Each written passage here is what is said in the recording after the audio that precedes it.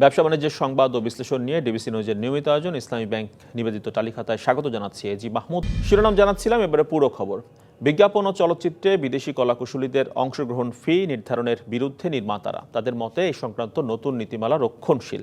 এতে ক্ষতিগ্রস্ত হবে দেশের বিজ্ঞাপন এবং চলচ্চিত্র শিল্প। পরিচালক এবং প্রযোজকরা বলছেন, এমন সিদ্ধান্ত নেওয়ার আগে আরও আলোচনার প্রয়োজন ছিল।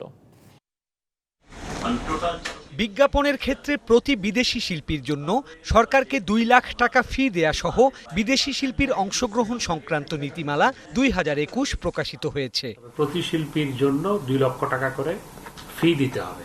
কিন্তু এই সিদ্ধান্ত বিজ্ঞাপন নির্মাণ ইন্ডাস্ট্রিকে ব্যাপক ক্ষতিগ্রস্ত করবে বলে মনে করছেন নির্মাতাদের কেউ কেউ। 2 লক্ষ টাকা আমাকে গভর্নমেন্টকে দেওয়ার আগে চিন্তা করতে হবে যে আর্টিস্টকে নিয়ে আসা হচ্ছে, যে শিল্পীকে নিয়ে আসা হচ্ছে, সেই শিল্পীর বেসিক রেমুনারেশন কত। যাকে নিয়ে আসছি তার বেসিক রেমুনারেশন 20,000 টাকা। তো এই সব ক্ষেত্রে আসলে এই ধরনের নীতিমালা চলচ্চিত্র ও বিজ্ঞাপন নির্মাণকে প্রতিবন্ধকতার সম্মুখীন করবে। তবে মন্তব্য করতে রাজি হননি শীর্ষস্থানীয় বিজ্ঞাপন নির্মাতা মোস্তফা সারোয়ার ফারুকী। আমি ভাই এর মধ্যে কিছু বলতে চাই না, নানান চাপে আছি, তো I want to remain silent. আমি কোনো মন্তব্য করতে চাই না। অন্যদিকে বিদেশি শিল্পীদের অংশগ্রহণ এবং বিদেশে শুটিংয়ের ক্ষেত্রে নির্মাতা, প্রযোজক ও শিল্পীদের সংগঠনগুলির সাথে আলোচনা করেই চূড়ান্ত সিদ্ধান্ত নেওয়া উচিত ছিল দাবি পরিচালকদের। এটা অবশ্যই নতুন করে সাজানোর ব্যাপার আছে। শিল্পী সমিতি, প্রযোজক সমিতি, প্রশাসক আছে। আমরা 2-3 দিনের মধ্যে কথা বলবো, আলোচনা করে এগুলোর ব্যাপারে কি সিদ্ধান্ত নেই সেটা আমরা সরকারের সাথে আবার বলবো।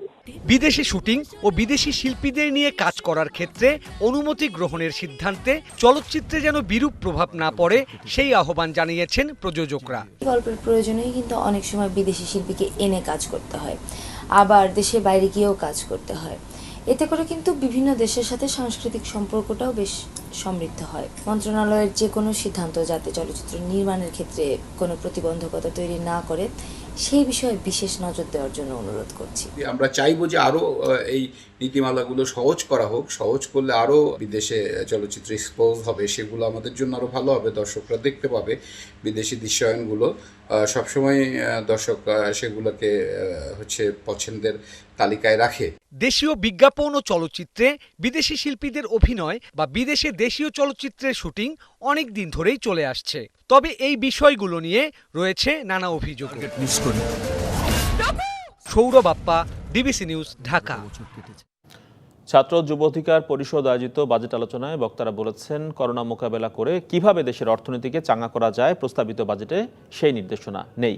সাধারণ মানুষের চেয়ে ব্যবসায়ীদের স্বার্থকে বেশি অগ্রাধিকার দিয়েছেন অর্থমন্ত্রী। রাজধানীতে আয়োজিত এই অনুষ্ঠানে বক্তারা অভিযোগ করেছেন, করোনা অতিমারিতে শিক্ষা খাত অন্যতম ক্ষতিগ্রস্ত হলেও এ খাতে পর্যাপ্ত সুনজর দেননি অর্থমন্ত্রী। কোনো সুখবর না দিয়ে উল্টো বেসরকারি বিশ্ববিদ্যালয়কে উপর করের বোঝা চাপানো হয়েছে এই বাজেটে। এমনভাবে কর আরোপকে শিক্ষার্থীদের জন্য মরার ওপর খাড়ার ঘা হিসাবে দেখছে ছাত্র যুব অধিকার পরিষদ। চূড়ান্ত বাজেটে অর্থমন্ত্রীর এই সিদ্ধান্ত প্রত্যাহারের আহ্বান জানিয়েছে সংগঠনটি। দাবি মানা না হলে আন্দোলনের হুঁশিয়ারও দিয়েছে ছাত্র ও যুব অধিকার পরিষদ।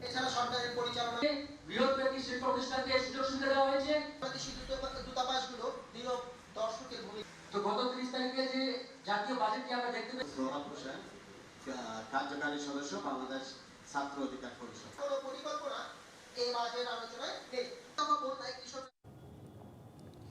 2021-22 অর্থ বছরের প্রস্তাবিত বাজেটে তরুণদের জন্য কেমন হলো বাজেট, সেই বিষয়ে তারুণ্যের বাজেট পর্যালোচনার আয়োজন করেছে বাংলাদেশ ছাত্র এবং যুব অধিকার পরিষদ। আমরা এখন সরাসরি চলে যাচ্ছি সেখানে। বাজেট পর্যালোচনা নিয়ে বক্তৃতা রাখবেন সৈয়দা রেজওয়ানা হাসান, প্রধান নির্বাহী, বেলা।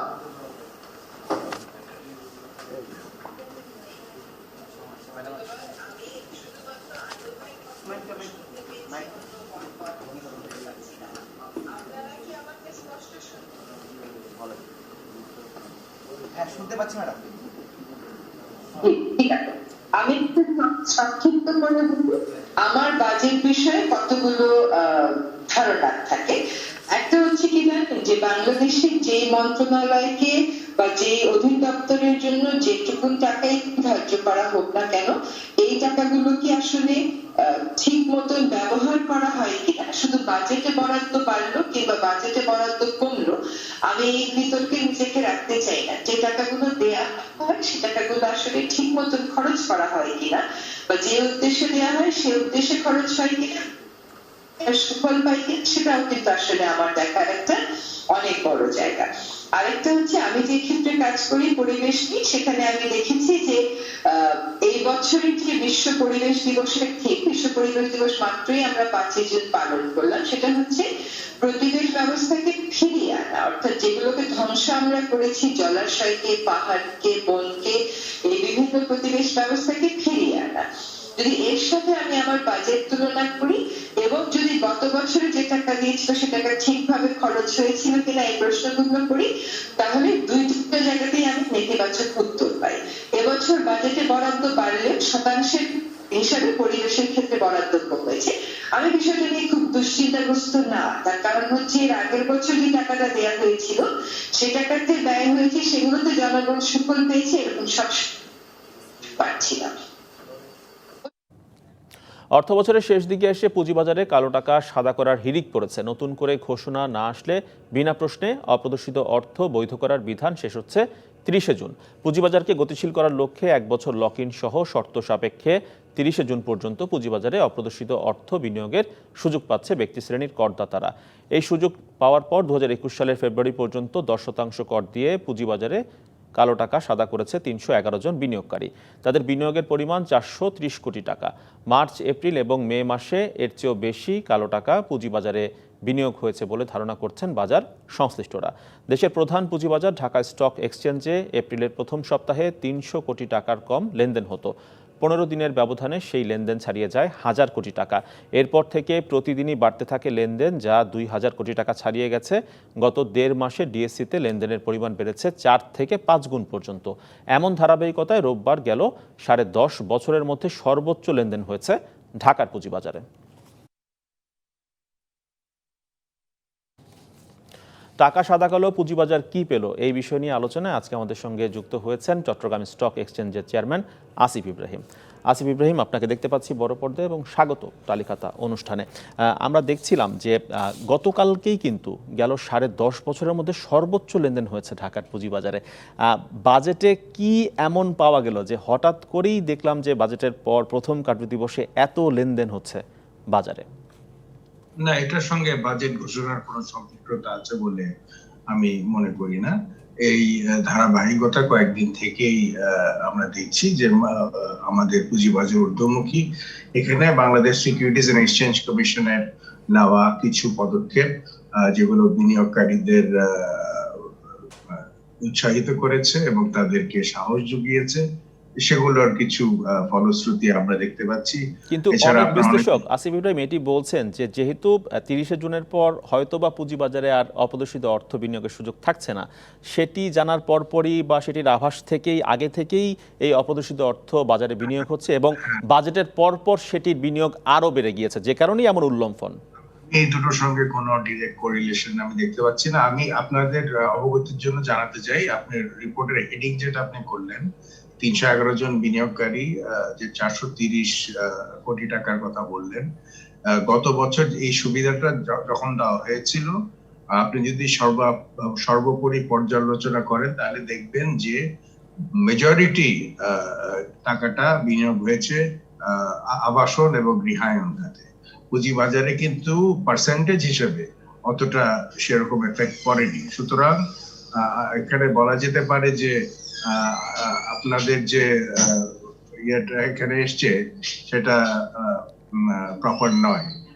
তবে আমি যেটা বলতে চাই যে বাজেট ঘোষণায় কিন্তু বেশ কিছু ঘোষণা ছিল স্টক মার্কেটকে গতিশীল এবং উজ্জীবিত করার জন্য কিছু সংস্কারমূলক পদক্ষেপের কথা সেখানে বলা হয়েছিল। নতুন নতুন প্রোডাক্ট আরোহণের কথা বলা হয়েছে, যেমন সুকুক বন্ড, ট্রেজারি বন্ডের লেনদেন চালু করা, ডেরিভেটিভস আর ডিফারেন্ট ইনস্ট্রুমেন্টস, এই ধরনের বেশ কিছু পদক্ষেপের কথা উল্লেখ করেছেন অর্থমন্ত্রী। ওপেন এন্ড মিউচুয়াল ফান্ড তালিকাভুক্ত করা একটা জিনিস কিন্তু আমরা আশা করেছিলাম, যেটা আমরা দেখিনি এই বাজেটে। অনেক বছর থেকে বলা হচ্ছে যে আমাদের পুঁজিবাজারে স্ক্রিপ্টের ঘাটতি আছে এবং আমরা জানি যে রাষ্ট্রীয় অনেক সংস্থা যারা লাভবান তাদের বাজারগুলো, তাদের শেয়ারগুলো আমাদের এই পুঁজিবাজারে অফলোড করার জন্য কিংবা লিস্ট করার জন্য অনেকদিন থেকেই বলা হচ্ছে, কিন্তু সেই ব্যাপারে কোনো দিক নির্দেশনা আমরা এই বাজেটে পাইনি। আশা করি এইবার যখন সংসদে এটা আলোচনা হবে এই বিষয়ে তখন এই বিষয়টি উঠবে। আমরা চট্টগ্রাম স্টক এক্সচেঞ্জের যে বাজেটের পরে যে রিয়াকশন, আমরা যে মেইল পাই রিপোর্টাররা, সেখানে আমরা দেখেছি যে কালো টাকা সাদা করার বা অপরিচিত অর্থ বিনিয়োগের যে সুযোগ, সেই পয়েন্টটি কিন্তু আপনারা উল্লেখ করেছেন সেই প্রেস রিলিজে। আপনি আসলে কি মনে করেন, এই সুযোগটি কি এবার রাখার দরকার ছিল নাকি আমি প্রয়োজন? বরাবরই মনে করি যে এই সুযোগটা কখনোই একটা দীর্ঘমেয়াদী সুযোগ হতে পারে। এই সুযোগটা যেহেতু অর্থনীতি এখন একটা করোনাকালীন সংকটের মধ্যে দিয়ে যাচ্ছে এবং এই সংকট মোকাবেলা এবং অর্থনীতির চাকাকে সচল রাখার জন্য, প্রবৃদ্ধিকে সচল রাখার জন্য রাজস্ব আহরণ করা অত্যন্ত জরুরি। সেই পরিপ্রেক্ষিতে এটা হয়তো ইট ইজ ওকে, বাট এটা বছরের পর বছর ধরে যে বাজেটে কন্টিনিউ যদি করা হয় তাহলে যারা প্রকৃত করদাতা তাদের সঙ্গে কিন্তু সুবিচার করা হবে না।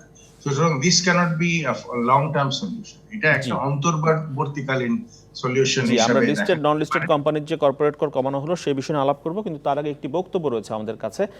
কোম্পানি আইন এবং অর্থনীতি বিশ্লেষক ব্যারিস্টার এ মাসুমের একটি বক্তব্য রয়েছে এই বিষয়ে, আমরা শুনে আসছি সেটি। এবারের প্রস্তাবিত বাজেট এটা ক্যাপিটাল মার্কেট মুখী হয়েছে।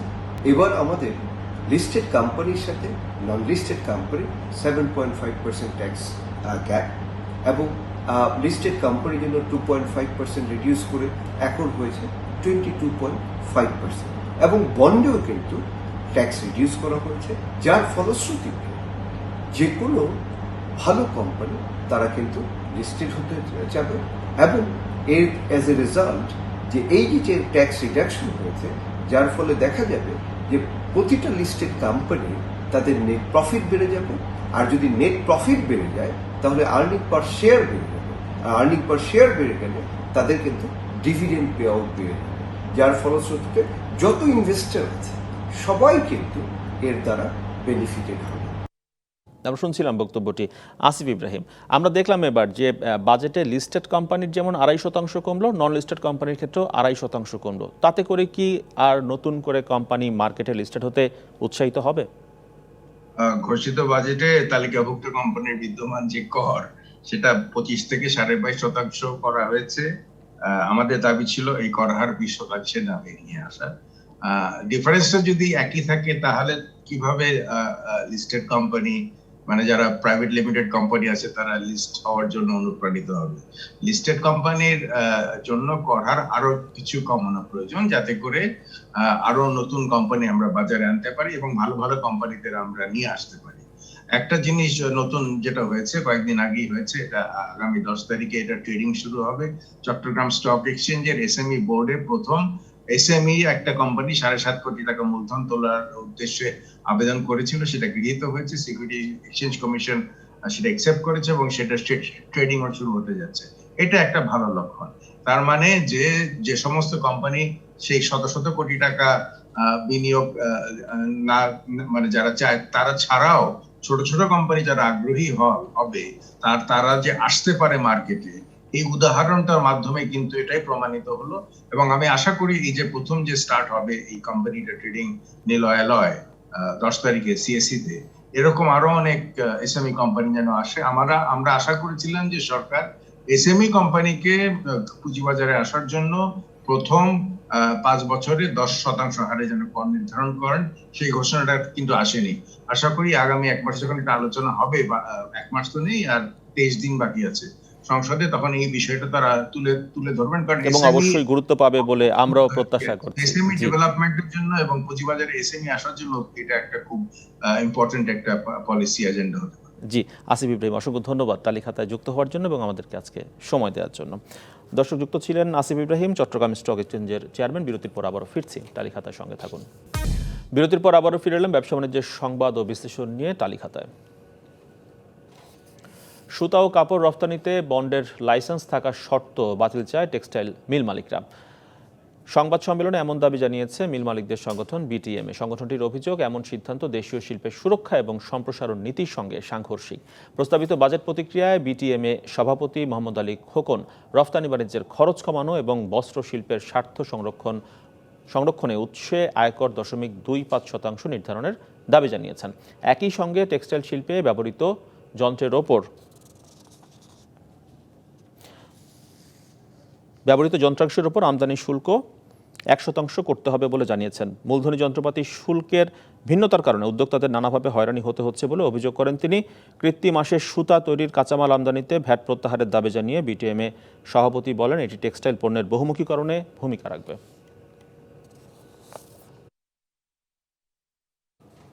ব্লাস্ট পোকামাকড়ের উৎপাত আর হাইব্রিড জাতের ধান বীজের আমদানি নির্ভরতা কমাতে লালমনিরহাটে জনপ্রিয় হয়ে উঠেছে জিঙ্ক সমৃদ্ধ ব্রি ধান ৭৪। আগাম জাতের উচ্চ ফলনশীল এই ধান উৎপাদনে যেমন সার কীটনাশক কম লাগে, তেমনি উৎপাদিত ধান থেকেই সংরক্ষণ করা যায় বীজ। আর আগাম হওয়ার কারণে বিভিন্নভাবে লাভবান হচ্ছেন কৃষক। এতে করে জেলায় ব্রি ধান ৭৪ চাষে আগ্রহ বেড়েই চলেছে। ধান গবেষণা কেন্দ্রের উদ্ভাবিত স্বল্প মেয়াদী জাত ব্রি ধান ৭৪ ভিটামিন ও জিঙ্ক সমৃদ্ধ, অধিক ফলনশীল এই ধান উৎপাদনে সময় লাগে ১৪০ থেকে ৪৫ দিন। ফলে একই জমিতে বছরে ৩ বার ফসল ফলানো যায়। সেই সাথে ব্লাস্ট ও পোকামাকড়ের আক্রমণ কম থাকায় লাভবান হচ্ছে কৃষক। ওয়েদার ভালো থাকে, অল্প সময়ের মধ্যে ধানটা আমাদের হয়ে যায়। জমিটা প্রায় ফাঁকা থাকতো, পরবর্তী নমলা ধান হিসেবে আমরা এখন জিঙের আবাদ চালু করছি। জিং ধানে এইসব পোকামাকড় আক্রমণ কম, ক্ষয়ক্ষতি কম। অন্য ধানের তুলনায় ব্রি ধান ৭৪ উৎপাদনে খরচ কম, দামও বেশি। এছাড়া উৎপাদিত ধান থেকে বীজ সংরক্ষণ করা যায়। জিং ধান আবাদ করে সারবার কম লাগে। হাইব্রিড ধান যদি আমরা যারা উৎপাদন করি, সেটাতে কিন্তু কৃষি সম্প্রসারণ অফিস থেকেই বীজ নিতে হয়। ব্রি ধান ৭৪ কৃষক নিজেই বীজ সংরক্ষণ করে রাখতে পারে। মানুষের শরীরে যে পরিমাণ জিঙ্কের প্রয়োজন তার ৬০ থেকে ৭০ ভাগ পাওয়া সম্ভব ব্রি ধান ৭৪ থেকে, দাবি কৃষি বিজ্ঞানীর। জিঙ্কের পুষ্টি সাধন করে তাদের স্বাস্থ্যের উন্নতি ঘটায় এবং ভবিষ্যৎ প্রজন্মকে শক্তিশালী করে। আমাদের যে বিধান ৭৪ বা বিধান ৮৪ যে ধান আবিষ্কার হয়েছে, তার ভিতরে যে পরিমাণ জিঙ্ক আছে তার আমাদের প্রতিদিনের যে চাহিদা তার প্রায় ৬০ থেকে ৭০ ভাগ এখান থেকে সরবরাহ করা সম্ভব। এ ধানের গড়ন ও ফলনের উপর ভিত্তি করে দিন দিন এই জাত জেলার কৃষকের মাঝে জনপ্রিয় হচ্ছে বলে দাবি কৃষি কর্মকর্তার। অন্যান্য ধান যেখানে হচ্ছে আমার ৫ টন ৬ টন, আর সেখানে আমার এই ধানটা ধানে ফলন আসতেছে ৭ টন। আগামীতে দেখা যাবে যে এই সমস্ত ফসলগুলি ব্যাপকভাবে আরো সমাদৃত হবে। কৃষি বিভাগের তথ্য অনুযায়ী এবার লালমনিরহাটের ৪৭,৬৫০ হেক্টর ধানি জমির মধ্যে ৩,৮২০ হেক্টর জমিতে ব্রি ধান ৭৪ চাষ হয়েছে। মাজিদ মাসুদ, ডিবিসি নিউজ, লালমনিরহাট। এবার জানাচ্ছি ঢাকার পুঁজিবাজারের খবরাখবর। চলে যাচ্ছে ডিএসসির ওয়েবসাইটে। আজকে সপ্তাহের দ্বিতীয় কার্যদিবস সোমবার। নেতিবাচক প্রবণতার মধ্য দিয়ে লেনদেন চলছে এই মুহূর্তে। ঢাকার পুঁজিবাজারে 14 পয়েন্ট হারিয়েছে প্রধান সূচক, অবস্থান করছে ৬০২৪ পয়েন্টে। ডিএসসি এস সেখানেও 4 পয়েন্ট কমেছে। ডিএসসি 30 সেখানে কমেছে 9 পয়েন্ট। এখনও পর্যন্ত ১৩০০ কোটি টাকার বেশি লেনদেন হয়েছে ঢাকার পুঁজিবাজারে। নেতিবাচক প্রবণতা সত্ত্বেও আজকে দর বেড়েছে এখনও পর্যন্ত ১৫০টি কোম্পানির। অপরিবর্তিত রয়েছে 50টি কোম্পানির শেয়ার এবং মিউচুয়াল ফান্ডের দর। অন্যদিকে দর কমেছে ১৬৪টি কোম্পানির শেয়ার ও মিউচুয়াল ফান্ডের দর। দর্শক, এই ছিল ঢাকার পুঁজিবাজারের খবরাখবর আজকে আমার কাছে। এই ছিল আজকের তালিকাতায়। সঙ্গে থাকুন 24